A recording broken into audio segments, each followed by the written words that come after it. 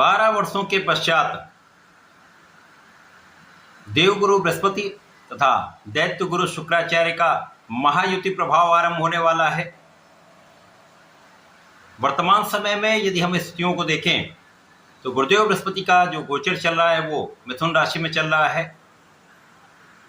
26 जुलाई को दैत्य गुरु शुक्राचार्य अपनी राशि का परिवर्तन कर चुके हैं तथा वृषभ राशि को छोड़कर मिथुन राशि में इनका प्रवेश हो चुका है। इस प्रकार से 12 वर्षों के बाद मिथुन राशि में देवताओं के गुरु बृहस्पति तथा दैत्यों के गुरु शुक्राचार्य का महायुति प्रभाव महासंयोजन बन चुका है। यद्यपि देवगुरु बृहस्पति तथा शुक्राचार्य में मैत्री का संबंध नहीं है, परंतु यहाँ पर समभाव में होकर एक विशिष्ट योग बनाने वाला है जो निश्चित रूप से समस्त राशि के जातकों को प्रभावित भी करेगा, कुछ विशिष्ट लाभ भी प्रदान करने वाला है। जय श्री गणेश। नमस्कार, मैं आचार्य संजय द्विवेदी। मेरे समस्त प्रबुद्ध दर्शकों का मेरे चैनल पर हार्दिक स्वागत है। प्रिय दर्शकों, आज मैं वृश्चिक राशि के लिए मिथुन राशि में बनने वाले इस महायोग का, गुरु और शुक्र के संयोजन से मिलने वाले लाभ का किस प्रकार का प्रभाव आपको प्राप्त होने वाला है, किन भावों में वृद्धि होगी, इस समय का आप कितना लाभ ले पाएंगे अथवा कहीं पर कोई अवरोध है, कोई समस्या है तो उसका क्या निराकरण, संपूर्ण विश्लेषण मैं पूर्ण तर्क के साथ करने जा रहा हूं। प्रिय दर्शकों, इस राशिफल को आप अपने लग्न तथा राशि दोनों के अनुसार देख सकते हैं। वृश्चिक राशि मंगल की राशि है, जहां पर मंगल और गुरुदेव बृहस्पति का मित्रवत संबंध है या शुक्राचार्य के साथ समभाव है, तो ये एक अच्छा परिवर्तन है। परंतु यदि हम अवलोकन करें तो मिथुन राशि जो है वो वृश्चिक राशि के जातकों के लिए अष्टम भाव बनता है। अब अष्टम भाव जो कि त्रिक भाव है, निर्बलता का भाव है, क्षय का भाव है, यहाँ पर समस्त ग्रहों का प्रभाव न्यून हो जाता है, कम हो जाता है। अब गुरुदेव बृहस्पति जो वृश्चिक राशि के कारक भी हैं, धन तथा पंचम के स्वामी होकर अष्टम भाव में गोचर कर रहे हैं। यहाँ पर ये निर्बल तो पहले से ही है। अब यहाँ पर शुक्राचार्य आ जाएंगे जो सप्तम के स्वामी हैं तथा आपके लिए द्वादश के स्वामी। सप्तमेश व्ययेश का गोचर भी अष्टम भाव में प्रारंभ होगा। यहाँ पर शुक्र और गुरु का महायोग बनेगा, शंख नामक योग बनता है, परंतु अष्टम भाव का या किसी भी त्रिक भाव का कोई भी राजयोग बहुत अच्छा परिणाम प्रदान नहीं करता।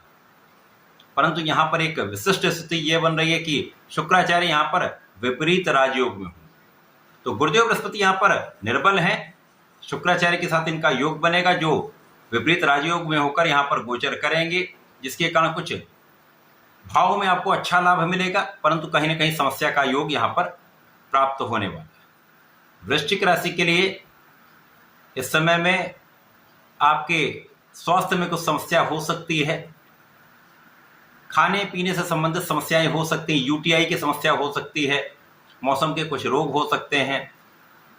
इसी प्रकार से इस समय में आपके जीवन साथी के स्वास्थ्य में भी समस्या हो सकती है। यहाँ पर आपको बहुत ध्यान से चलना होगा, अपने स्वास्थ्य का भी ध्यान रखें, जीवन साथी के भी स्वास्थ्य पर आपको ध्यान रखना होगा। इस समय में यदि आप पार्टनरशिप में काम करते हैं, साझेदारी में कुछ कार्य करते हैं, व्यापार करते हैं अथवा किसी प्रोफेशन में हैं, तो यहाँ निश्चित रूप से कुछ समस्या आएगी, आपसी मतभेद होंगे, कुछ कानूनी समस्याओं में भी आप पड़ सकते हैं। अतः इस समय का आपको विशेष रूप से ध्यान रखना होगा। किसी भी कागज पर बिना सोचे विचारे, बिना सलाह लिए, बिना पढ़े हस्ताक्षर नहीं करने। इसी प्रकार से इस समय में विपरीत राजयोग का प्रभाव ये होने वाला है कि आपको विपरीत परिस्थितियों में कुछ विशेष लाभ मिलेंगे। जैसे कि इस समय में धन का कुछ लाभ तो आपको अवश्य प्राप्त होगा, धन लाभ अवश्य होगा, धन की निरंतरता प्राप्त होगी, परंतु धन के संचय में कुछ समस्या हो सकती है, अतः आपको यहाँ पर ध्यान रखना होगा। इस समय में रोग अवश्य हो सकते हैं, परंतु आपकी संपूर्ण सुरक्षा भी यहाँ पर होगी, आपकी आयु की भी रक्षा होगी। इस समय आपका ज्ञान बढ़ेगा, आपके ज्ञान में विशिष्टता आएगी, आपकी स्पेसिफिक क्वालिफिकेशन बहुत अच्छी रहने वाली, तथा जो लोग विदेश से संबंधित हैं उनको एक बड़ा लाभ यहाँ पर प्राप्त होता दिख रहा है। इस समय कुछ यात्राएं हो सकती हैं, कुछ आध्यात्मिक यात्राएं हो सकती हैं, तीर्थ स्थलों के भ्रमण में आपका कुछ व्यय भी हो सकता है। अनुष्ठानों में आपका कुछ व्यय हो सकता है, ये बहुत अच्छा रहने वाला है। इस समय का सबसे अच्छा प्रभाव आपको आपकी पारिवारिक संपत्ति से लाभ का है। इस लाभ से आप अपने सुखों को बढ़ा सकते हैं। भूमि भवन वाहन का आप लाभ ले सकते हैं। इस समय में आप सुखों का उपभोग नहीं कर पाएंगे, परंतु इस समय आपके सुख साधन अवश्य बढ़ सकते हैं। माता के सुखों में वृद्धि होगी। इस समय माता पिता दोनों का आशीर्वाद आपको प्राप्त होगा। वर्तमान समय में यदि हम अवलोकन करें तो जो मंगल है, जो लग्न के स्वामी हैं, उनका गोचर 10वें भाव में चल रहा है, जहां पर ये राहु के सीधे प्रभाव में है।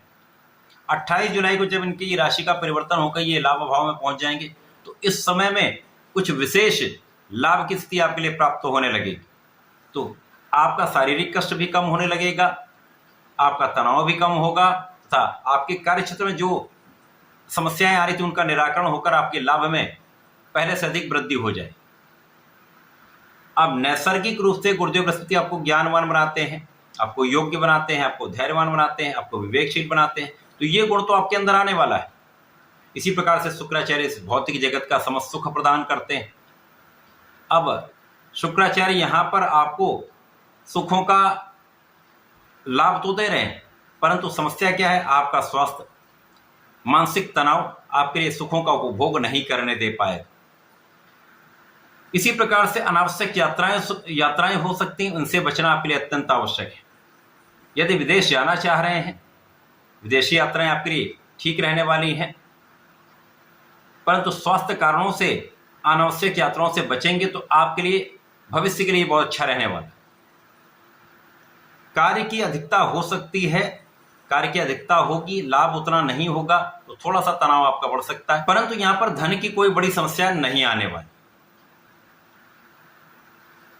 यहां जिस राशि में ये गोचर कर रहे हैं, मिथुन राशि है, मिथुन राशि के स्वामी की राशि में मंगल पहुंच जाएंगे तथा बुध का ही जो प्रभाव है वो अष्टम भाव की ओर हो जाएगा। तो इस समय में यदि आप अपने मन का काम करेंगे, जो आपको रुचि है उस प्रकार का काम करेंगे, तो आपका मन भी लगेगा, आपकी आध्यात्मिकता में वृद्धि होगी तथा इस समय में पूजा पाठ में आपका मन भी लगेगा। परिवार का सहयोग मिलेगा, परिवार के भाव में वृद्धि हो रही है, यहाँ पर किसी प्रकार की कोई बड़ी समस्या नहीं। यदि इस समय में आप कुछ चीज़ों का ध्यान रखेंगे, सावधानी रखेंगे, तो ये समय आसानी से पार हो जाएगा। समस्याओं का आप निराकरण करते हुए आगे बढ़ पाएंगे। इस पूरे समय में आपको नियमित रूप से भगवान संकट मोचन की शरण में रहकर ओम महामहानुभावाय नमः का 27 बार जप करना चाहिए। प्रत्येक मंगलवार को भगवान गणपति की आराधना करें, दूर्वा का अर्पण करें, लाल मिष्ठान का अर्पण करें, लाल पुष्प का अर्पण करें तथा भगवान भोलेनाथ पर जलार्चन करके यदि शहद के साथ दही का अभिषेक कर लेते हैं अथवा फलों के रस से अभिषेक कर देते हैं, तो बहुत सारी समस्याओं का निराकरण होगा। आप इस समय का उपयोग करके लाभ ले पाए। तो ऐसा करके इसका लाभ लें। धन्यवाद, नमस्कार।